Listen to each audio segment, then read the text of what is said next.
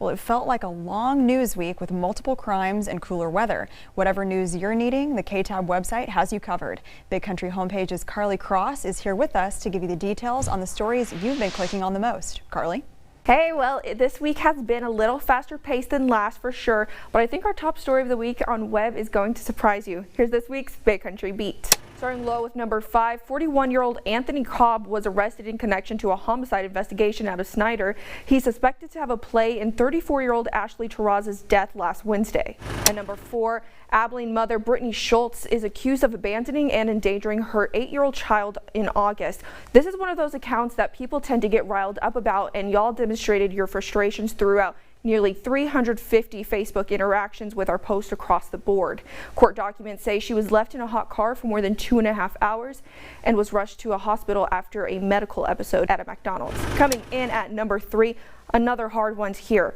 A 10-year-old boy was hit by a car on Wednesday in South Abilene while crossing the street. Authorities say he took in some minor injuries but is expected to be fine. Next up, the death of 26-year-old Ski Burks. A bronc rider at the West Texas Fair and Rodeo died of injuries after falling off a horse during the rodeo last Saturday.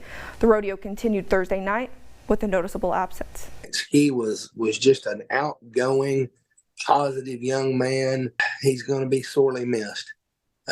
He's just one of those guys that his absence is noticed.